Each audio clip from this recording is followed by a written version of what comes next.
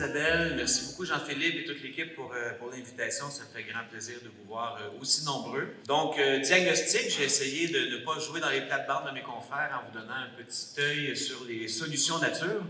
Alors, solutions nature, qu'est-ce qu'on entend par là? Bien d'abord, c'est la reconnaissance, et Gérard en a fait mention dans les dernières diapos de sa présentation, c'est la reconnaissance de la multifonctionnalité, des bénéfices qu'on peut retirer de la nature. Donc, projetons-nous ici là, sur le Mont-Royal et on peut voir que ce parc nature, cet espace vert, nous fournit une panoplie de services écosystémiques, donc des bénéfices produits par la nature qui impactent les individus, les communautés. On peut penser à la régulation du climat local, des habitats pour la biodiversité, le contrôle des eaux de ruissellement, la purification de l'air, des espaces récréo-touristiques, esthétiques, des espaces de rencontre. Il y a une valeur économique de tourisme, d'événementiel lié à ça, des bénéfices sur la santé. Et ces espaces naturels, si on pose notre diagnostic, on le voit qu'ils sont sous pression par des facteurs cumulatifs interreliés. Donc, évidemment, si on pose un regard sur les quelques dernières décennies, on voit que l'étalement urbain a beaucoup grugé, a mis de la pression sur nos milieux naturels dans les villes, les espaces urbains. Évidemment, les effets des changements climatiques, des ravageurs, de la pollution systémique. Et si on veut résumer, on dit que les milieux naturels fournissent des bénéfices qui impactent le bien-être humain. Ils sont sous pression par des facteurs relatifs aux changements globaux et on peut atténuer ces pressions-là par de l'aménagement. Donc, sans regarder ce qui s'est passé dans les dernières décennies au niveau des indicateurs et des conclusions, parce qu'il y en a beaucoup sur les impacts de ces facteurs cumulés sur l'état, l'intégrité, la quantité et la qualité des milieux naturels. Peut-être juste une petite étude qu'on a publiée il y a quelques années qui montre que par la fragmentation du territoire, par l'étalement urbain, entre les années 60 et aujourd'hui, on a perdu 80% de la connectivité écologique. Donc, la connectivité écologique, c'est la façon de voir comment le territoire, les milieux naturels sont interreliés et c'est un élément très, très clé dans la résilience et la survie d'un large ensemble de la biodiversité. Donc, ceci étant dit, je veux faire un petit pas de côté et c'est peut-être le message clé que j'aimerais qu'on retienne de ma présentation, c'est que lorsqu'on parle de milieu naturel, c'est lié de façon indissociable à la lutte et l'adaptation au changement climatique. Figure tirée du dernier rapport du GIEC. Et si on regarde rapidement, là, à Paris, en 2015, on a signé des accords qui nous disent que pour des raisons de sécurité, de legs et d'équité intergénérationnelle, on doit limiter la hausse du climat à 1,5 degré Celsius. Si on veut y arriver, il faut se tourner vers le scénario qui est le plus optimiste, celui qui est en jaune et qui nous permet à long terme de rester sous la barre de 1,5 degré Celsius.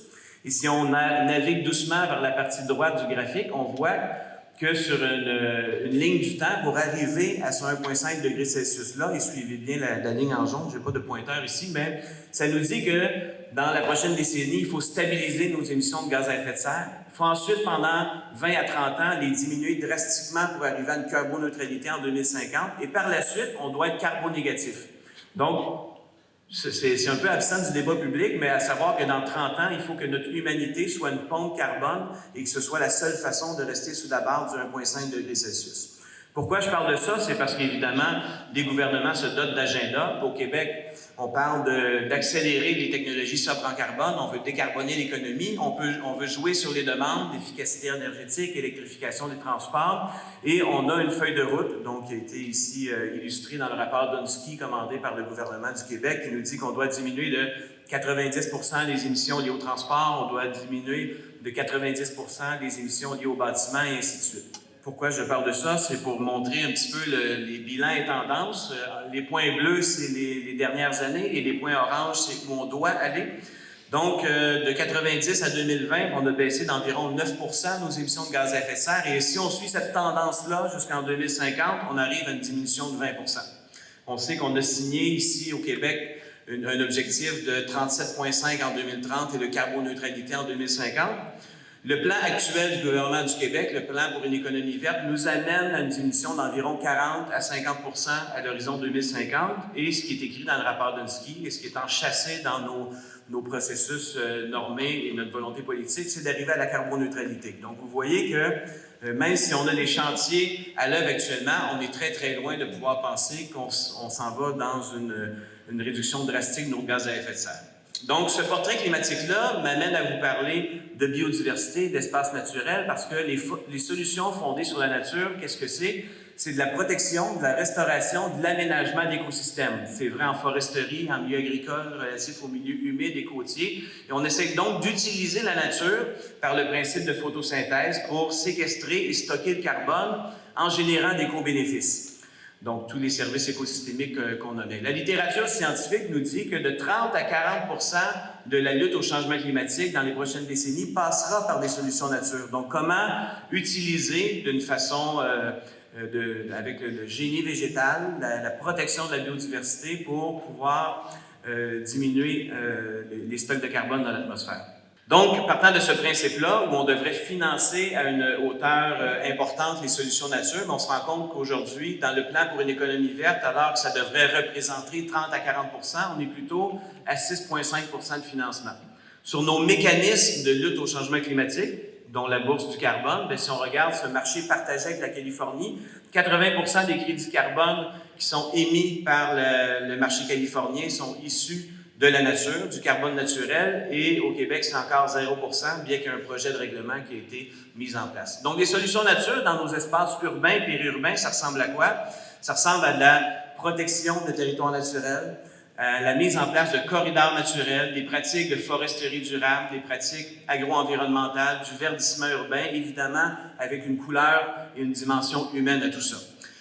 Là où je veux faire mon petit point aujourd'hui en vous présentant 3 études de façon très, très rapide, je ne peux pas me focusser sur toutes ces solutions nature, mais je vous donne un petit clin d'œil sur le verdissement urbain pour vous montrer une perspective de développement durable et de l'état de la connaissance, du diagnostic sur les solutions nature.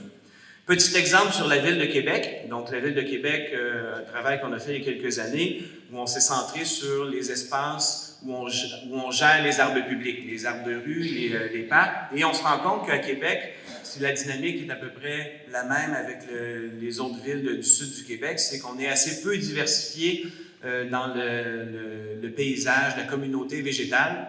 Donc, on peut planter environ 110 espèces indigènes, 300 espèces lorsqu'on compte les espèces horticoles, et on en retrouve bien souvent que 3 qui représentent la moitié des canopées urbaines. L'érable argenté, l'érable de Norvège, le frêne, souvent ça constitue la majorité de nos forêts.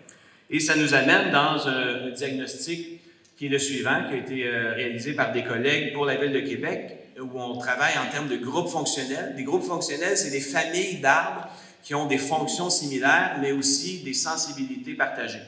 Donc, si on regarde les groupes fonctionnels, bien, on se rend compte que finalement, lorsqu'on est dans des arbres qu'on connaît bien, hein, l'érable, le tilleul, le frêne, on est dans un groupe fonctionnel particulier qui représente 60 des arbres de la ville. Donc, les recommandations de cette étude-là, c'est de dire, bien, il faut diversifier les groupes fonctionnels selon les secteurs, d'amener une pluralité de fonctions dans notre paysage. Je passe ça rapidement juste pour vous amener à l'étude qu'on a réalisée. On a développé des scénarios en disant, essayons de profiter de la dynamique de la grille du frêne, où on va perdre de 15 à 20 des arbres urbains, pour voir quelle stratégie de replantation on pourrait utiliser pour se diversifier et générer le plus de services écosystémiques possible. Donc, on a designé des scénarios, donc vous voyez ici, où on diversifie les groupes fonctionnels qui sont représentés par des couleurs. Et on utilise ensuite différents modèles qui nous permettent d'établir cette diversité-là sur le territoire. Donc, vous avez le statu quo, vous avez un échantillonnage stratifié, ou encore là, un scénario basé sur une surpondération des conifères. Et ensuite, on peut utiliser des modèles pour voir chacun des scénarios, qu'est-ce qu'ils vont générer en termes de bénéfices. En termes de bénéfices au niveau de la séquestration du carbone, au niveau du contrôle des eaux de ruissellement, de l'économie de coûts d'énergie, soit au niveau des coûts de climatisation en été ou de chauffage en hiver, et encore le dernier point sur la qualité de l'air. Et ce qu'on se rend compte ici, c'est que dépendamment du type de service qu'on va aller chercher, donc si on est dans un secteur qui emploie des îlots de chaleur, on va aller chercher du couvert végétal. Si on est dans un endroit qui est mal desservi par des perspectives énergétiques ou des quartiers plus vulnérables, on peut jouer sur les coûts de chauffage qui vont être diminués. À un autre endroit, on peut maximiser le stockage du carbone. Donc, l'idée ici, c'est de voir qu'il n'y a pas un scénario qui est parfait, mais on a besoin d'intelligence, on a besoin d'un tableau d'indicateurs pour savoir quoi planter où. Donc ça, c'est mon premier point en disant qu'au niveau diagnostic, sur notre connaissance écologique des solutions nature, notamment ici dans le verdissement urbain, on est encore bien pauvre. Comment travaillent nos équipes sur le terrain en sachant quel arbre planter au bon endroit, pour quel retour dans 30, 40 ans quand l'arbre sera mature. Un autre point, je vous le passe en une diapo, c'est qu'on peut aussi utiliser toute une trousse d'outils économiques pour représenter de façon économique ces bénéfices-là naturels. Donc, on a fait l'exercice en utilisant le modèle iTree pour les arbres publics gérés par la Ville de Montréal et on se rend compte que l'évitement d'eau de ruissellement, l'amélioration de la qualité de l'air, bien annuellement, ces arbres-là, ces quelques 400 000 arbres, vont générer des bénéfices autour de 4 millions de dollars. Le point que je veux faire ici, c'est que et Isabelle en parlait, la dimension économique des actifs naturels, elle est insaisissable. Ce serait possible de le faire, mais nos outils de gouvernance, de gestion du territoire, la loi sur les municipalités ne nous permet pas d'internaliser dans des immobilisations, des plans de gestion, la réelle valeur des bénéfices associés à la nature. Autre élément, donc on sait que le développement durable a 3 piliers, environnemental, économique, mais aussi social. Je vais vous présenter le travail d'un de mes étudiants de doctorat, Félix Lorrain-Landry, qui s'est posé 2 questions. Est-ce que les facteurs sociaux peuvent déterminer la distribution et la diversité des forêts dans les villes canadiennes? Donc, la distribution, c'est est-ce que lorsque je suis dans un quartier plus vulnérable, j'ai plus ou moins d'arbres? La deuxième, qualitative, c'est est-ce que je suis dans un quartier plus vulnérable, j'ai une forêt qui est plus diversifiée en santé, donc plus résiliente face aux facteurs des changements globaux, ravageurs, changements climatiques, etc. Donc, Félix a travaillé avec des outils géomatiques, des imageries sentinelles, etc., pour faire une classification du territoire des villes de Toronto, Ottawa, Gatineau, Montréal, Laval et Québec. Et il a donc schématisé le territoire en de la végétation basse, de la végétation haute, de l'eau et un cadre bâti sur lequel il a déposé des secteurs de recensement. Donc, avec l'ensemble des données des recensements, on est capable de tailler un peu la ville de cette manière-là. Et on a utilisé ici 1874 secteurs de recensement, dont environ 2/3 avec des données sur la biodiversité et la diversité des arbres. Qu'est-ce que je veux vous montrer comme réponse? C'est que finalement, c'est très, très clair, et ça, c'est cohérent avec une littérature scientifique internationale. Plus on est dans des quartiers pauvres, plus on est dans des quartiers négligés, vulnérables, moins on a d'arbres. Donc, vous voyez ici des indicateurs. En jaune, je suis dans un secteur qui est très vert, où on a beaucoup d'arbres. Bien, la valeur des résidences, le revenu médian est plus élevé. Et de l'autre côté, si je suis dans un secteur bâti, bien, plus haut pourcentage de locataires, plus faible revenu, nouveaux arrivants, pas de transport actif, etc. L'autre point qui est intéressant, c'est la première étude qui le montre, c'est que non seulement au niveau de la quantité d'arbres, on est plus pauvre, mais au niveau de la qualité des forêts également. Vous voyez ici, les mêmes facteurs de vulnérabilité sont en totale opposition avec nos indicateurs de diversité écologique sur les groupes fonctionnels et sur la diversité spéciste des forêts. Donc, qu'est-ce que ça nous dit? C'est que, et c'est, pour moi, il y a un facteur historique lié à ça, c'est qu'encore aujourd'hui, nos espaces verts, nos forêts sont liés à l'élite.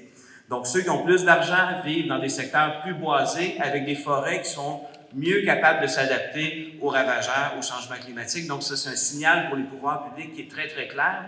Autre signal, c'est la dernière petite étude que je présente, c'est une enquête qu'on a faite dans les grandes villes canadiennes, à savoir quelles étaient les préférences de la population pour leur forêt urbaine. Aimez-vous mieux plus d'arbres, moins d'arbres, une forêt diversifiée, plus dense, etc. Donc, c'est un questionnaire qui a été passé à près de 3500 Canadiens. Et on voit les préférences ici. En rouge, c'est qu'évidemment, les gens ne sont pas prêts à payer pour améliorer la qualité de leur forêt, mais sur un ensemble d'autres indicateurs, bien, ça nous montre que les gens préfèrent des forêts avec plus de diversité structurale. Donc ça veut dire des graminées, des arbustes, des arbres. Et finalement, on est capable de trouver une métrique économique à ça. Dans la région de Montréal, ça veut dire un consentement à payer par ménage sur des taxes municipales équivalent à 68 $ par ménage par année, un équivalent de 116 millions de dollars. Au-delà des chiffres, ce que ça traduit pour moi, c'est une réelle acceptabilité sociale, une demande sociale pour augmenter la qualité et la diversité des forêts urbaines. Dans une coquille de noix, je termine en disant comment mettre en œuvre des solutions nature pour la transition à la lumière des quelques flashs que je vous ai présentés. Il est impératif de joindre la lutte au changement climatique à la dynamique sur la protection de la biodiversité des espaces naturels. Pourquoi? Premièrement, parce que c'est un discours politique, mais simplement aussi parce que c'est un discours économique. Au Québec, l'enveloppe des changements climatiques et 46 fois plus importante que celle liée à la protection de la biodiversité et des espaces naturels. Il faut développer les connaissances parce qu'on soit au niveau environnemental, écologique, social, économique, on n'a pas assez de connaissances et il n'y a pas assez de perméabilité dans les outils et chez les parties prenantes qui les mettent en application. Il faut absolument engager un dialogue intersectoriel et interdisciplinaire. Il faut être capable de mêler les dimensions de justice environnementale avec l'économie des actifs naturels, avec la résilience du territoire. Donc, ça demande de décloisonner les silos. Et finalement, il faut s'impliquer avec les communautés parce qu'on l'a vu et la conclusion de Gérard était très bonne sur la dynamique des milieux humides, c'est le principe de subsidiarité. Lorsqu'on redonne aux communautés, il y a des solutions très innovantes et adaptées qui émergent et qui ont toutes les caractéristiques pour être pérennes. Merci beaucoup.